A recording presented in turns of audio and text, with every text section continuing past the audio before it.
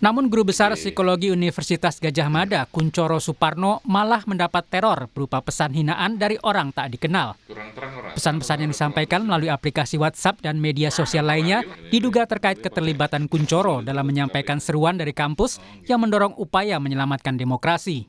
Selain itu, ada orang yang tidak dikenal juga sempat mencari Kuncoro di kampus. Ada tiga, yang satu media, ada dua media, yaitu satu media Instagram dan satu WA. Yang kemudian yang ketiga, kedua model kedua tadi didatangi di kantor itu. Tetapi di kantor itu sebenarnya saya yang ragu-ragu. Yang pertama adalah tadi memberikan nomor, kemudian tidak pernah ada janji. Saya biasanya mesti dengan janji. Tetapi dari sini sebetulnya saya sama sekali tidak takut, karena sekali lagi teman-teman saya banyak. Seruan moral dari kalangan akademisi harus disikapi bijaksana. Pemerintah harus menanggapinya sebagai bentuk partisipasi publik yang kritis untuk pemerintahan yang lebih baik. Tim Liputan Kompas TV. Saudara Guru Besar Psikologi UGM Kuncoro dapat pesan caci maki usai terlibat dalam aksi Civitas Akademika yang mendorong soal penyelamatan demokrasi Indonesia. Seperti apa bentuk terornya dan bagaimana pemerintah melindungi warga negaranya? Kita akan bahas bersama Guru Besar Psikologi UGM Kuncoro Suparno dan tenaga ahli utama KSP Johannes Joko. Selamat malam Pak Kuncoro, selamat malam juga Mas Johannes Joko. Selamat malam Mbak Livi. Selamat malam. Prof Kuncoro, sehat selalu Prof. Saya ke Pak Kuncoro dulu ya, Mas Johannes. Iya Mbak. Pak Kuncoro, jadi kapan pesan caci maki itu diterima dan melalui media apa saja? Oke, saya mendapatkan pesan caci maki itu 2 kali. Saya senang malahan mendapat caci maki itu karena saya bisa tahu karakternya, siapa dia, malah saya gunakan sebagai objek belajar saya. Saya menemukan ada 2 bentuk kegiatan yang seperti itu. Yang satu itu saya mengistilahkan sebagai lone wolf, yaitu yang mereka punya rasa pendukung setia, itu pendukung setia yang dia berjuang sendirian. Ini justru yang terjadi setelah pencoblosan, setelah saya membaca bersama-sama teman dari UGM melakukan UGM menggugat. Dan itu bahasanya itu tidak terlalu kasar, saya masih bisa menerima, tapi dia menuduh bahwa saya adalah pendukungnya 03, saya mau cari jabatan, dan kemudian dikatakan sudah tua, nggak tahu diri, seperti itu. Ini masih relatif sopan, dia sendiri. Tetapi yang lebih ngeri sebetulnya, dan ini tadi melalui WhatsApp, sehingga nomornya masih bisa dilacak, dengan mudah dilacak. Tetapi yang kedua, yang pertama itu menggunakan dengan IG Instagram, ya, dengan melalui Instagram itu mereka tersistem, tidak hanya 1-2 orang. Ketika saya ngomong begini langsung berapa orang nimbrung saya, dan itu saya katakan adalah kelompok-kelompok buzzer. Itu dari mereka yang terjadi. Dan yang ketiga adalah mereka datang ke kampus, dan tadi semakin yakin bahwa setelah ada penjelasan dari SKK, Satpam di kampus menjelaskan bahwa mereka itu hari yang kedua dia berpura-pura ODGJ, karena di depan kampus itu ketika ada ruang tunggu, mereka itu ngaji dengan suara teriakan keras sampai dengan diperingatkan oleh Satpam.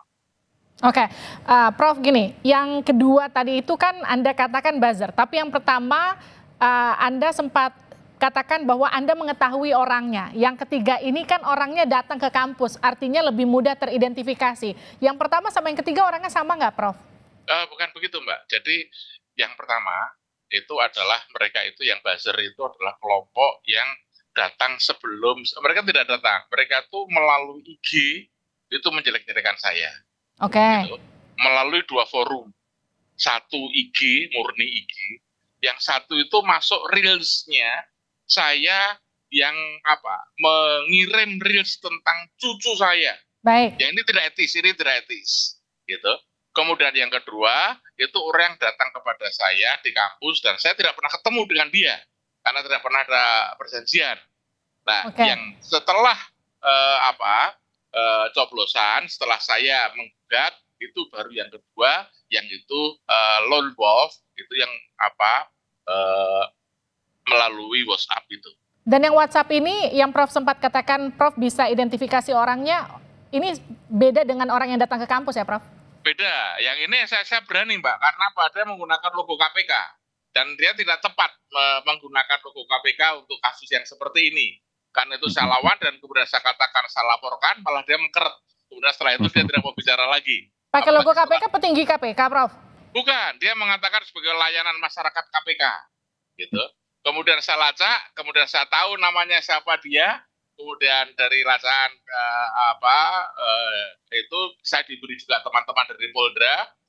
Kemudian saya lacak namanya ini dari sini, halo mas ini gitu, apa kabar, itu diam gitu dia. ASN, Prof? Apanya? ASN, bukan? Bukan. Tapi memang itu yang kedua itu memang di label penipu oleh teman-teman dari Polda.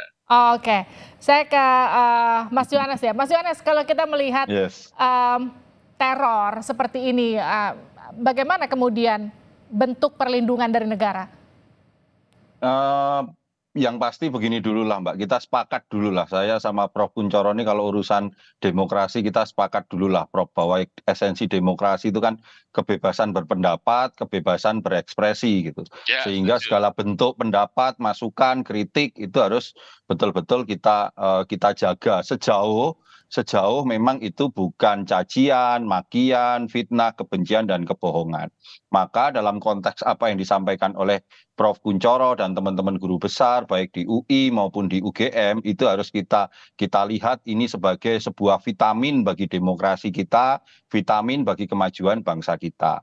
Lah tentu Mbak, dalam setiap ketika kita masuk ke ruang publik dan kita memberikan pendapat, bukan hanya Prof Kuncoro, Prof, saya pun juga ketika saya masuk ke ruang publik itu pasti akan menimbulkan pro dan kontra. Ada yang mendukung, ada yang tidak mendukung. Dan yang ketika itu tidak mendukung ya ekspresinya macam-macam seperti yang tadi disampaikan oleh Prof Kuncoro, ada yang japri langsung, ada yang melalui akun sosial media kita.